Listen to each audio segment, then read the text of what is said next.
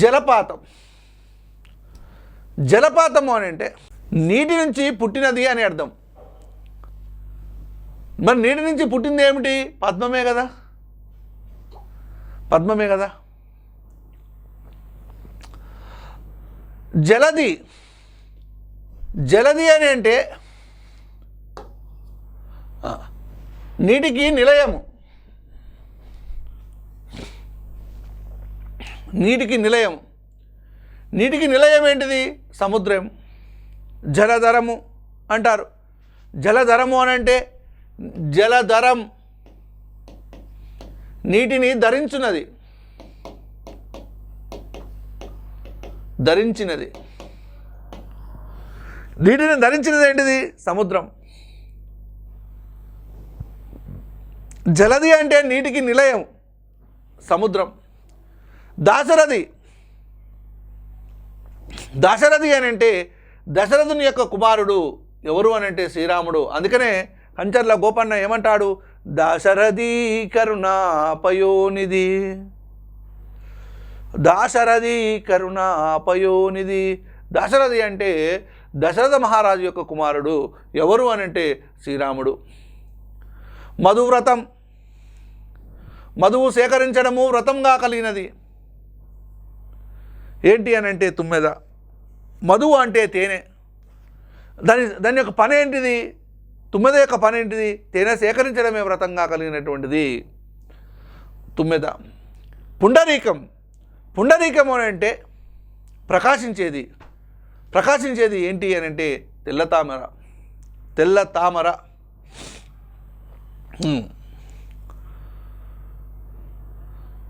తర్వాత భూసురులు. సురులు అంటే దేవతలు, సురులు అంటే దేవతలు. మరి భూసురులు అంటే భూమి మీద ఉన్నటువంటి దేవతలు. భూసురులు అంటే రాజులు అని అంటారు, రాజులు. తర్వాత భృంగం, భృంగం. భృంగము అని అంటే నీలిమను ధరించేది. నీలిమను ధరించేది ఏంటిది అని అంటే తుమ్మెద. తర్వాత ధర, సమస్తాన్ని తనలో ధరించేది భూమి. సమస్తము, ధరణి, ధర, ధరిత్రి, ఇవన్నీ ఒకే పదాలు, పర్యాయ పదాలు. ధర, ధరిత్రి, ధరణి, ధర, ధరిత్రి, ధరణి, ఇవన్నీ పర్యాయ పదాలుగా మనం చెప్పుకోవచ్చు. సమస్తాన్ని తనలోనే ధరించేది ఏంటి అని అంటే భూమి. భూమి ప్రతి ఒక్కదాన్ని భరిస్తుంది, ధరిస్తుంది. దూర్జటి, జటి అంటే జడలు. దూర్జటి పెద్ద జడలు కలిగిన వాడు. మరి పెద్ద పెద్ద జడలు ఉన్నటువంటి వ్యక్తి ఎవరు అని అంటే శివుడు. పెద్ద పెద్ద జడలు కలిగినటువంటి వాడు శివుడు. మౌక్తికము, ముత్యపు చిప్ప నుండి బయటికి వచ్చేది ముత్యం. అందుకనే ఈ ముత్యానికి ప్రకృతి ఏమని చెప్తారనంటే మౌక్తికం అని చెప్తారు. మీరు దాన్ని గమనించాలి. ముత్యానికి ప్రకృతి మౌక్తికం. ముత్యపు చిప్ప నుండి బయటికి వచ్చేది ముత్యం.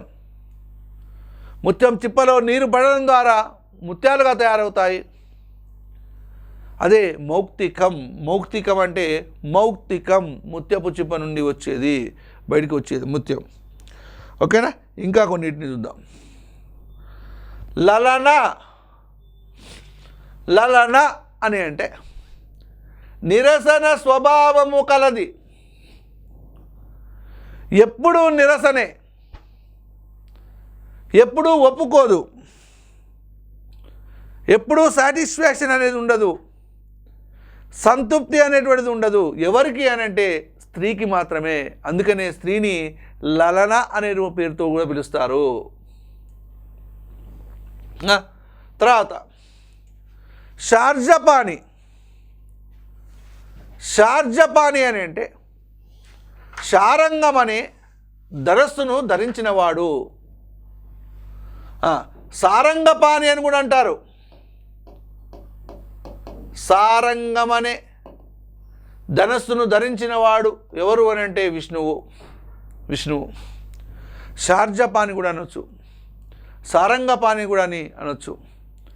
తర్వాత శైలము అంటే శిలలతో కూడినది. శిలలు అంటే రాళ్ళు రప్పలతో కూడుకున్నటువంటిది ఏంటి అని అంటే పర్వతం. తర్వాత హస్తి అని అంటే హస్తము కలది. హస్తము అంటే తొండము కలది ఏంటి అని అంటే ఏనుగు. పంచాస్యము వెడల్పైన ముఖము కలది, వెడల్పైనటువంటి ముఖము కలది. హాస్యము అంటే ముఖము, పంచాస్యము అంటే ఒక వెడల్పైనటువంటి ముఖము కలిగినటువంటిది ఏంటి అంటే సింహం. అమృతం మరణము పొందింపనిది ఏంటి అంటే సుధా. ఆల్రెడీ దీన్ని డిస్కస్ చేసుకోవడం జరిగింది. ఈశ్వరుడు స్వభావము చేతనే ఐశ్వర్యము కలవాడు. ఆయన యొక్క గుణాల చేతనే ఐశ్వర్యం అంటే మంచి గుణాలు అనేటువంటి ఐశ్వర్యం కలిగినటువంటి వాడు కాబట్టి శివుణ్ణి ఈశ్వరుడు అని అంటారు. ఈశ్వరుడు అంటే ఉత్పత్తి, స్వభావం చేతనే ఐశ్వర్యం కలవాడు. ఆయన యొక్క స్వభావమే ఐశ్వర్యము, ఆయన యొక్క గుణాలే ఐశ్వర్యము. మరి గుణాలు అనేటువంటి ఐశ్వర్యాన్ని కలిగాడు కాబట్టి మరి ఈశ్వరుడు అని అంటారు. గురువు అజ్ఞానమనే అంధకారమును పోగొట్టువాడు ఉపాధ్యాయుడు. చిత్రగ్రీవం చిత్రమైన వర్ణాలతో కూడిన కంఠము కలది పావురము. చిత్రమైనటువంటి వర్ణాలతోటి, వివిధమైనటువంటి వర్ణాలతో, రంగురంగుల వర్ణాలతో ఉన్నటువంటి కంఠము కలది కాబట్టి దాని పేరు చిత్రగ్రీవం అనేటువంటి పేరు వచ్చింది. చిత్రగ్రీవం అనేటువంటి పేరు ఎందుకు ఉన్నది అని అంటే చిత్రము అంటే రంగురంగుల వర్ణాలతోటి, అంటే వర్ణాలంటేనే రంగులు, వివిధ రకాలైనటువంటి రంగులతో కూడుకున్నటువంటి కంఠ ఉన్నది కాబట్టి దానికి చిత్రగ్రీవం అనేటువంటి పేరు రావడం జరిగింది. తర్వాత తాపసుడు అంటే తపము చేయువాడు. అందుకనే రైతుని తాపసేంద్ర అని అంటారు. ఒక యజ్ఞంగా, ఒక తపస్సులాగా వ్యవసాయాన్ని చేస్తాడు కాబట్టి తాపసేంద్ర అని అంటారు. ఓకే, తపము చేయువాడు ఎవరు? ముని, అదే ఋషి. సప్తర్షులు, మహర్షులు, మునులు. తపము చేయువాడు ముని, అందుకని తాపసుడు అని అంటారు. దేహుడు అంటే దేహమును ధరించినవాడు. దేహమును ధరించినవాడు ఎవరు? మనిషి. పతివ్రత, పతిని సేవించుటే రతంగా కలిగినది సాధ్వి, అంటే సాధిస్తుంది ఎప్పుడైనా కానీ. ఎప్పుడు ఆమె పతిని సేవించుటే, అంటే పతి గురించి వ్రతం చేయాలి, పతి బాగుండాలి. పతి కాదు, పతి అంటే భర్త, హస్బెండ్. ఎప్పుడు పతిని సేవించుటే రతంగా కలిగినటువంటిది, ఒక రతంగా భావించుకొని చేసే సాధ్వి. పతివ్రత అంటే సాధ్వి. పార్వతి హిమవంతుడను పర్వతరాజు యొక్క కుమార్తె కాబట్టి ఆమెకు పార్వతి. హిమవంతుడు అనేటువంటి పేరు కలిగినటువంటి పర్వతరాజు కుమార్తె కాబట్టి ఆమెకు పార్వతి అనేటువంటి పేరు వచ్చింది. తెలుసు, శివుని యొక్క భార్య. పుత్రుడు పున్నామ నరకము నుండి తల్లిదండ్రులను రక్షించువాడు కుమారుడు.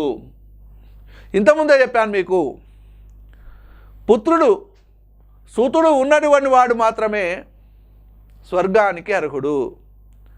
అందుకనే అష్టైశ్వర్యాలలో ధనం, ధాన్యం, దాసి, బంధువు, మృత్యువు, వస్త్రం, వాహనం, సుతుడు అని చెప్తాం. 8 రకాల ఐశ్వర్యాలు చెప్తాం కదా. ఆ 8 రకాల ఐశ్వర్యాలలో సుతుడు అనేది కూడా ఒకటి, కొడుకు కూడా ఒకటి. అంటే పున్నామ నరకం నుంచి తల్లిదండ్రులను కాపాడి స్వర్గానికి పంపించేటువంటి వాడు పుత్రుడు. ఆ పుత్రుడినే కుమారుడు అని కూడా అంటారు. పుత్రుడు అంటే పున్నామ నరకం నుండి తల్లిదండ్రులను మిత్రుడు అంటే తల్లిదండ్రులకు రక్షించువాడు కుమారుడు. తర్వాత పురంధ్రి, గృహమును ధరించినది. మరి గృహమును ధరించేది ఎవరు అని అంటే ఇల్లాలు. ఇంటికి దీపం ఇల్లాలు, ఇంటికి వెలుగు ఇల్లాలు. వెలుగుని అందించేది, గృహాన్ని మొత్తం ధరించేది ఆమెనే. ఆ గృహం మొత్తం ఆమె హ్యాండ్ ఓవర్లోనే ఉంటుంది. ఒంటిల్లు కూడా ఆమె యొక్క హ్యాండ్ ఓవర్లోనే ఉంటుంది. విమల అనేటువంటి ఒక కవయిత్రి రచయిత్రి అంటాది, ఈ ఒంటింటి సామ్రాజ్యానికి మా అమ్మే రాణి, కానీ గిన్నెలన్నింటిపైన మా నాన్న పేరే అని అంటుంది. ఒంటింటి సామ్రాజ్యానికి రాణి ఎవరు అని అంటే మా అమ్మనే, కానీ ఆ వంట సామ్రాజ్యంలో ఆ వంటగదిలో ఉన్నటువంటి గిన్నెలన్నింటిపైన మా నాన్న పేరే ఉన్నది అని చెప్తుంది. అంటే స్త్రీవాద కవిత్వంలో భాగంగా. ఓకే, ఇక్కడ గృహమును ధరించేది ఇల్లాలు. అంటే చాలా చెప్తుంటారు, కార్యేషు దాసి కరుణేషు మంత్రి భోజేషు మాత శయనేషు రంభ అపురూపమైనదమ్మ ఆడజన్మ అని మనము ఒక స్త్రీ గురించి చెప్తూ ఉంటాం. ఓకే, గృహమును ధరించేది ఇల్లాలు. భవాని అంటే ఎవరు అనంటే భవుని యొక్క భార్య. భవుడు అంటే ఎవరు? శివుడు. మరి శివుని యొక్క భార్య ఎవరు? పార్వతి. ఈ పార్వతితో పాటు ఇంకొకరు ఎవరు ఉన్నారు? శివుని యొక్క భార్య గంగా. గంగా.